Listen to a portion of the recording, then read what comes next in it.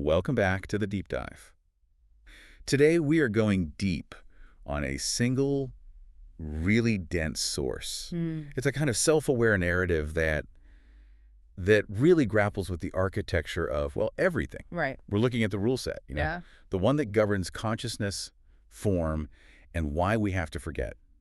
The big question it asks, and it's on every page, is just who is the dreamer? And who is the dream? Yeah. We're hunting for what the source calls the seam in the world. The glitch. The glitch in the system of incarnation. It's almost like an investigation into cosmic bureaucracy. Bureaucracy, I like that. Because the system it describes is so detailed. And importantly, it's not some, external evil running things. It's presented as an operational necessity, an architecture designed by three core entities, three architects. We should probably name them right up front, right? Yeah. Their roles seem to define the entire experience. They absolutely do. So you have the dreamer, who sort of manages the stage, creates all the possibilities. Then there's the witness. The one who demands consequences. Exactly. The witness insists the stakes have to be real. And finally, you have the maker, who designs the physical vessels, the bodies we use. Their whole job is to manage this eternal cycle. Consciousness falling into form. Forgetting itself completely. And this is the key part, through immense struggle, seeking to return. And the risk they're managing. Yeah.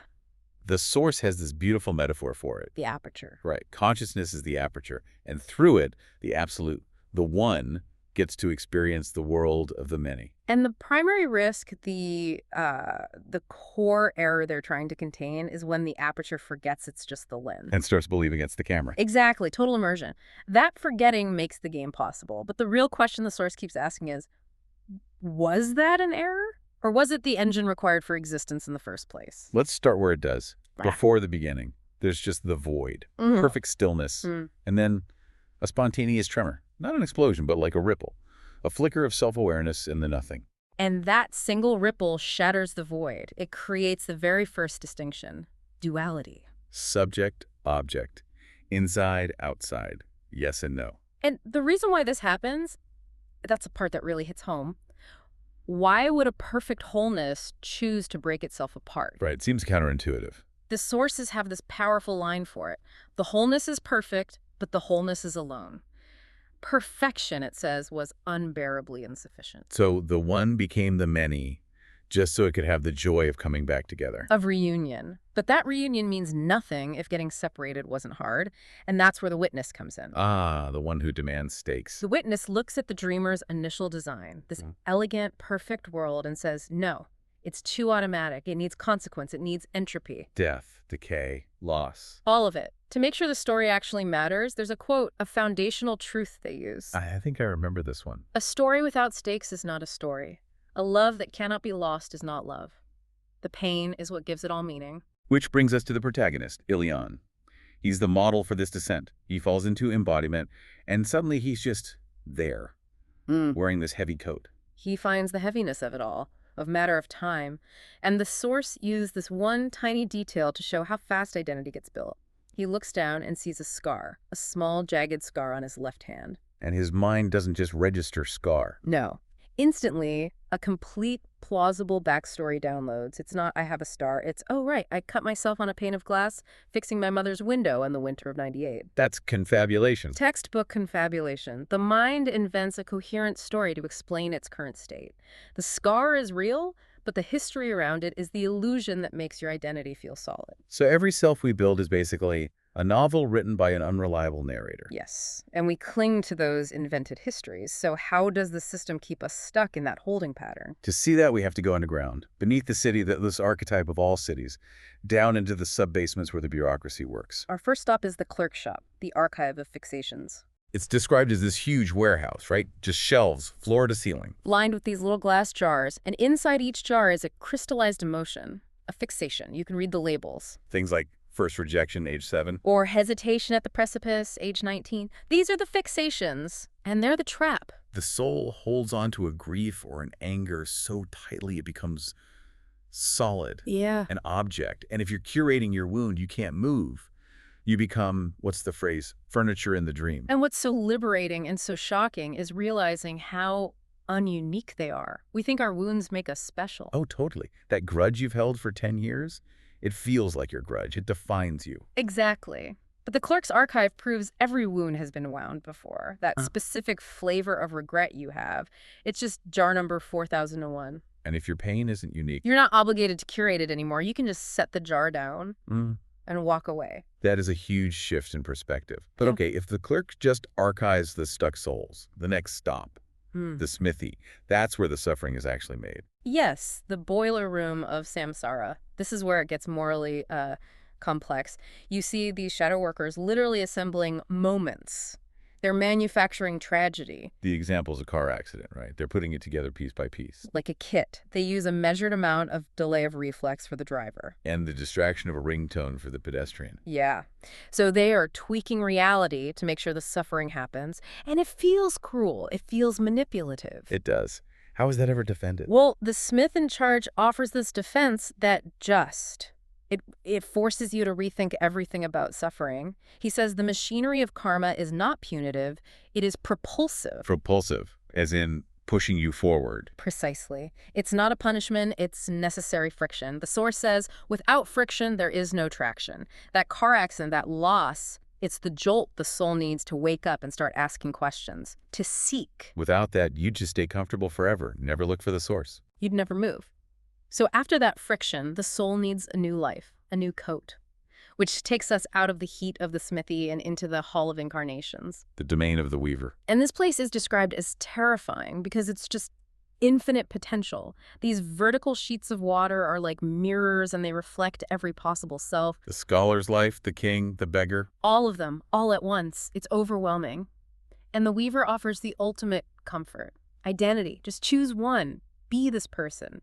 It saves you from the terror of being no one. But that comfort is the trap again. It is. The weaver warns him, every coat wears out, and then comes the big irony of the whole system. The lock we tried to pick was always already open. Freedom was always there. You had to believe in the prison first. You had to struggle against it to even appreciate being free. And that's what pushes Elian to the final threshold.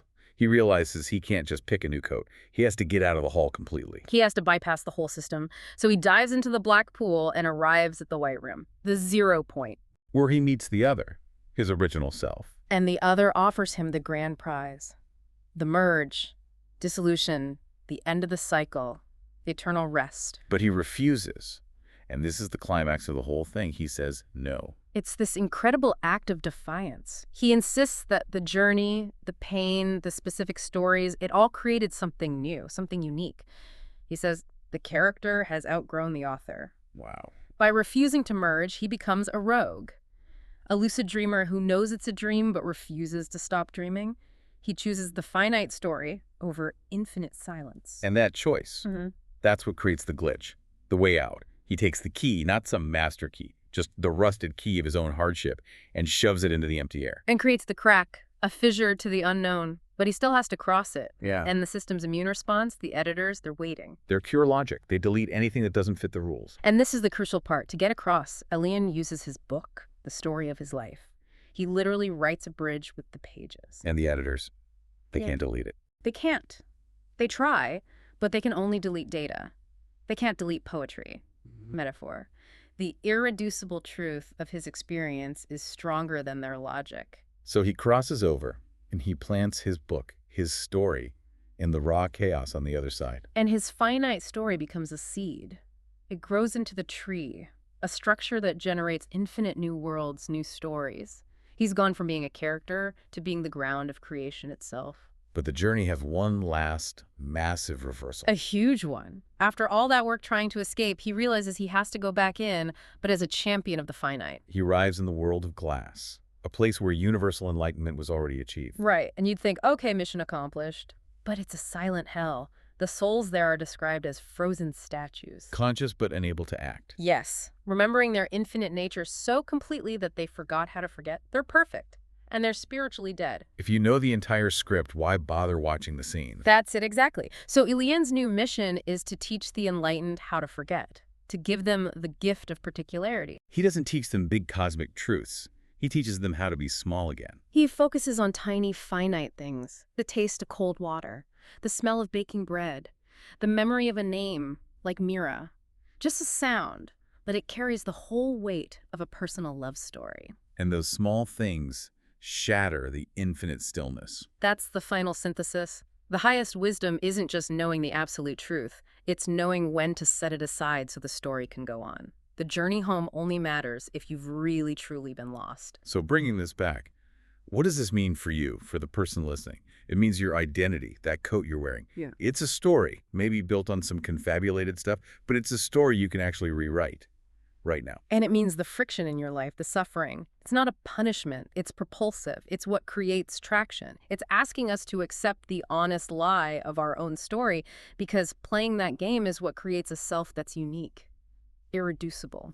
And Elian's last teaching just brings it all full circle. The glitch isn't a place you find. It's a function. It's the capacity to always question the frame. He says, there is no answer. There is only the asking. The whole system just exists to create the conditions for that question. And maybe you've spent your whole life looking for the one right key, the master solution. But this source tells us there are no right keys. There are only keys willing to keep turning. Insisting on creating their own path. The door was never locked. The key, your own story, your own unique experience, it was always in your pocket. The mission is just to use it. The story continues.